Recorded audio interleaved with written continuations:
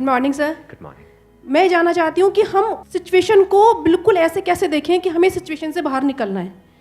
कि मान लो हमारे पास बार बार कोई प्रॉब्लम आ रही है, हम उसे फेस कर रहे हैं, फिर जो आसपास के हमारे सराउंडिंग्स के लोग हैं वो भी टाउंटिंग कर रहे हैं हम पर, नहीं तुमने पहले भी ऐसे किया था, अब फिर तुम फेल हो जाओगे इसमें। तो वहाँ जा करके हम स्टक हो जाते हैं और फिर हमारा कॉन्फिडेंस लूज हो जाता है। हम एग्जैक्टली कहाँ स्टक हो जाते हैं, जिसको आप जो वर्ड यूज कर रहे हो स्टक हो जाते हैं, मतलब आप कह रहे हो कि हम अपनी थिंकिंग में स्टक हो जाते हैं। थिंकिंग में स्टक हो जाते हैं, राइट? कि हम ओवर थिंकिंग में चले जाते हैं। ओवर थिंकिंग कि हम बैठे बैठे बस सोचते रहते हैं कि ऐसा क्यों हुआ, क्या हुआ, ऐसा नहीं होना चाहिए, कि हमारे में कुछ कमी ऐसा हो गया तो क्या होगा, वैसा हो गया तो क्या होगा, मैं दोबारा भी ट्राई किया नहीं हुआ तो क्या होगा। हम जानते हैं कि पहले भी ऐसा हुआ था, फिर हमने उसे ओवरकम कर लिया, लेकिन बार बार वही चीज आते आते फिर वही ब्रेन का जो कंफर्ट जोन है हम फिर वहीं स्टक होने लगते हैं। और जिस कंफर्ट जोन की आप बात कर रहे हो वो एक्चुअल में ओवर थिंकिंग वाला जोन है। ओवर थिंकिंग वाला जोन है, मतलब बैठे बैठे बस सोचते रहते हैं जैसी हमारी कंडीशनिंग हुई है, कर कुछ नहीं पाते हैं। करते भी हैं तो थोड़ा सा करना शुरू करते हैं, उसके बाद वापस से वो थॉट्स हमारे ऊपर हावी हो जाते हैं। राइट? यही आप कह रहे हैं। राइट सर, प्रॉब्लम जो है इतनी ज़्यादा, क्योंकि एक्चुअली क्या लाइफ में अगर कुछ अच्छा होता है तो शायद हम प्रॉब्लम से इजीली निकल जाते हैं, बट बैक टू बैक जब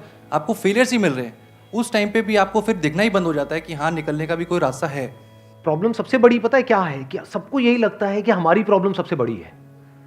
अगर यहां पर मैं एक एक करके सबको बोलूं कि आप बताओ कि आपकी लाइफ में क्या क्या प्रॉब्लम्स आई या अभी क्या प्रॉब्लम्स चल रही है, तो आई एम श्योर कोई सोच भी नहीं सकता कि अच्छा ऐसी ऐसी प्रॉब्लम्स भी कोई फेस कर सकता है क्या।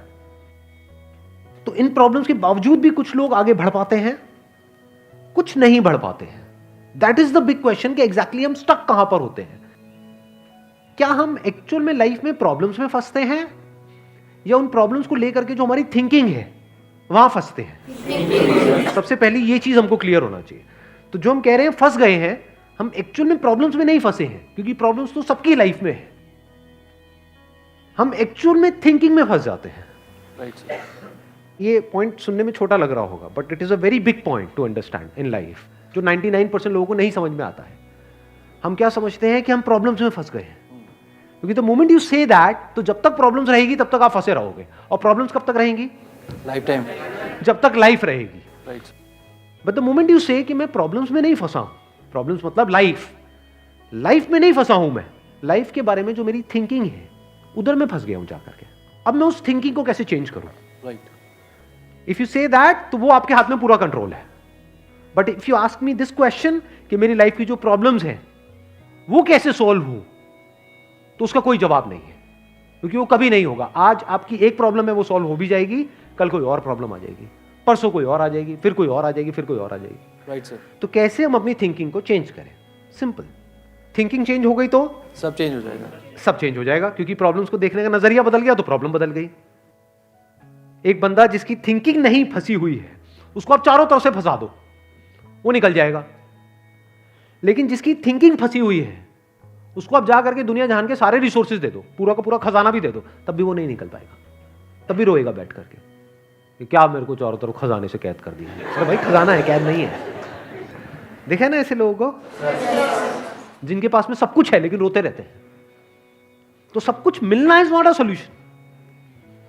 जिनकी लाइफ में कोई प्रॉब्लम नहीं है वो भी रो रहे हैं। सो अब आता है कि इसका सॉल्यूशन क्या है, कि we are stuck in our thought process, how to get out of it. तो सबसे पहली चीज ये समझनी है, ज्यादा सोचने से कुछ नहीं होता है, सही सोचने से होता है। अभी सही सोचना क्या है?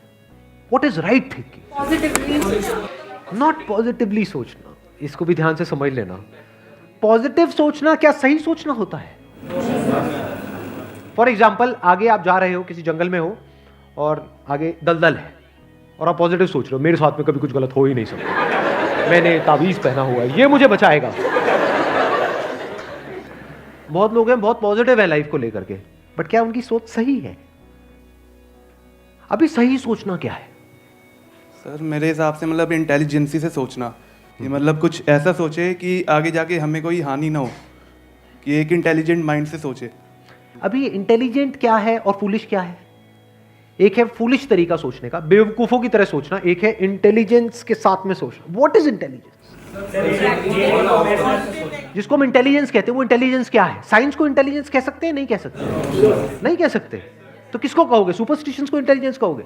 सुपरस्टिशंस मतलब क्या? बिलीफ, कुछ भी मान रखा है उसको पकड़ के बैठे हुए उसके हिसाब से एक्ट कर रहे हैं। उसको इंटेलिजेंस कहोगे या साइंस जिस तरीके से आगे बढ़ रही है उसको इंटेलिजेंस कहोगे? एग्जैक्टली। तो साइंटिफिक वे ऑफ थिंकिंग समझना पड़ेगा, वो क्या है, उसको अपनी लाइफ में लगाना पड़ेगा, तब आप कह सकते हो आपकी जो थिंकिंग है वो सही है। अब ये साइंटिफिक थिंकिंग मतलब क्या? रियलिटी को एज इट इज देख लेना, दैट इज साइंटिफिक थिंकिंग। यही तो है, और क्या है? There are laws of this universe, उसको एज इट इज देख लेना, उसको ऑब्जर्व करना, यही तो है साइंटिफिक थिंकिंग। उन लॉज को बदलना नहीं, क्योंकि साइंस बदल नहीं सकती उन लॉज को। लॉ ऑफ ग्रेविटी को साइंस बदल नहीं सकती है, उस लॉ को समझ करके उसके हिसाब से एक्ट कर सकती है। इसी साइंटिफिक थिंकिंग को अगर हमको अपनी लाइफ में लगाना हो तो इसका मतलब क्या? एक थिंकिंग हो सकती है लाइफ से रिलेटेड, जो भी आपके दिमाग में कचरा भरा पड़ा है बचपन से लेकर के आज तक, जैसा आपको समझाया गया है लाइफ के बारे में। किसने समझाया है? वो लोग जो खुद नहीं समझते, लाइफ के बारे में अपने अपने बिलीव्स बनाए हुए हैं, अपने अपने स्टैंड पॉइंट से लाइफ को देख रहे हैं। फॉर एग्जाम्पल, कोई हिंदू है तो एक तरीके से लाइफ को देख रहा है, कोई मुस्लिम है तो अलग तरीके से लाइफ को देख रहा है, क्रिश्चियन है तो अलग तरीके से देख रहा है। क्या सही है इन तीनों में से? कि तीनों को सही थिंकिंग कह सकते हैं? ना, क्योंकि आपस में लड़ झगड़ रहे हैं। साइंस में कोई लड़ाई झगड़ा होता है?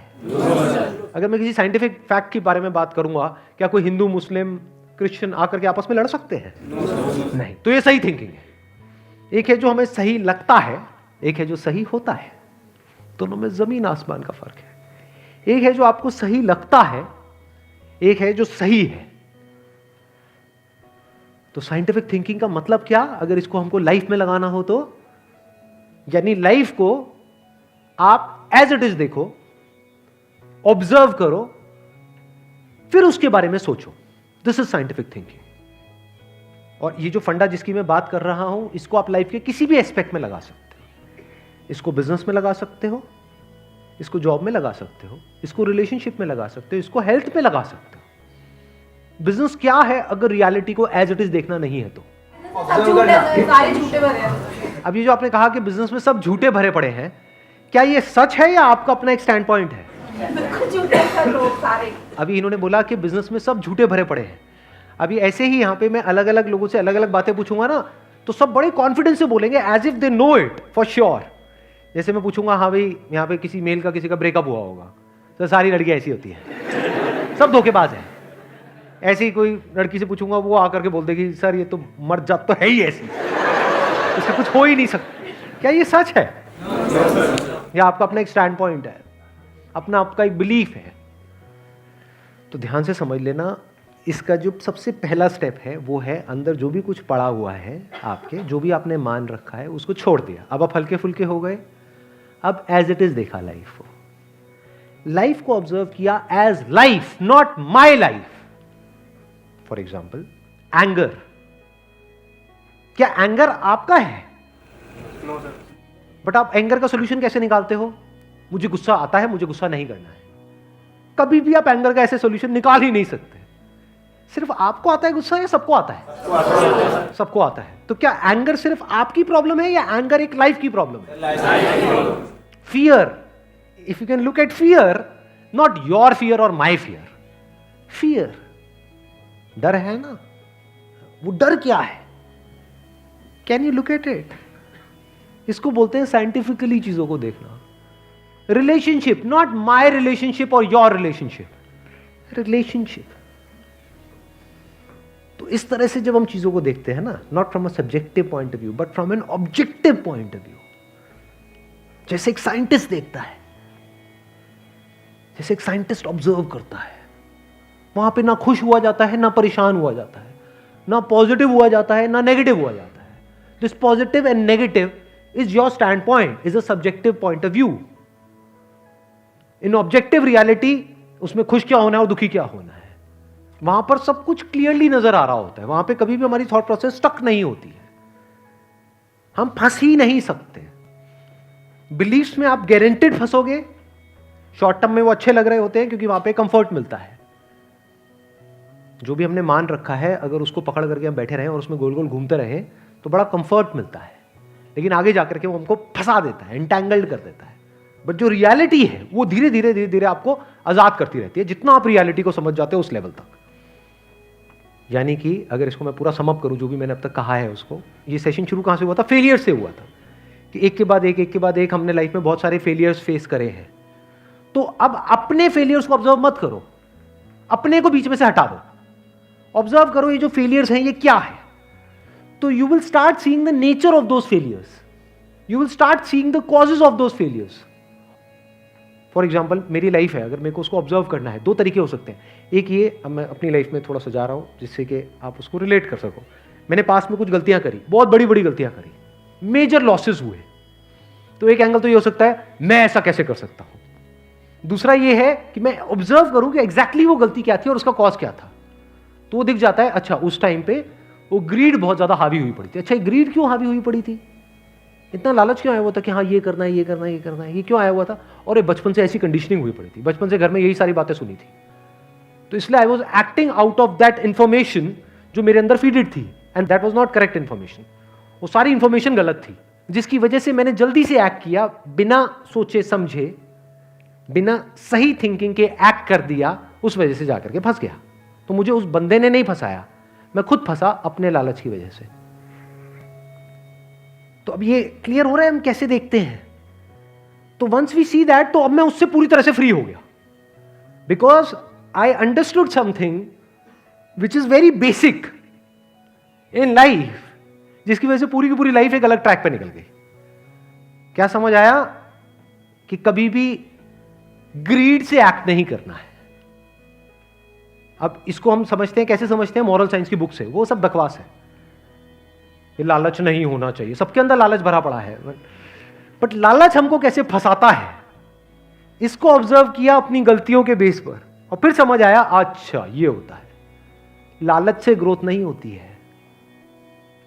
लालच से आप पैसा कमा सकते हो, बट उसको आप ग्रोथ नहीं कह सकते, क्योंकि आप डिग्रेड हो रहे हो, तो आप एक्चुअल में ग्रो नहीं कर रहे हो। एक्चुअल ग्रोथ में उसको कह सकता हूं जो होलिस्टिक ग्रोथ हो, उसको ग्रोथ बोल सकते हैं। आपने पैसा तो कमा लिया, लेकिन डर में जी रहे हो कि मैंने इतने घपले कर दिए हैं, अगर किसी ने पकड़ा गया तो पता नहीं क्या हो जाएगा, क्या फायदा ऐसी लाइफ का? उसको आप ग्रोथ कहोगे? Can you call it growth? ना। तो लालच से ग्रोथ नहीं होती।